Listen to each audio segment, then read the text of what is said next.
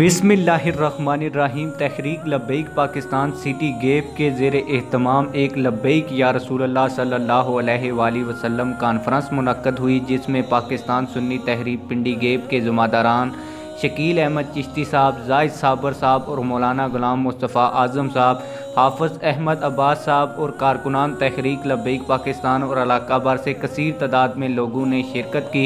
इसमें तहरीक लब्बैक पाकिस्तान ज़िला अटक की तमाम क़यादत भी मौजूद थी।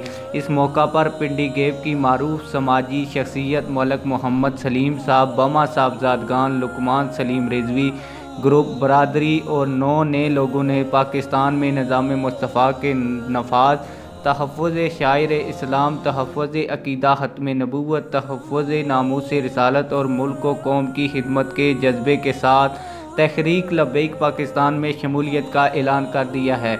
आप लोगों की इस खबर के हवाले से क्या राय है? कमेंट सेक्शन में अपनी राय का ज़रूर इजहार करें।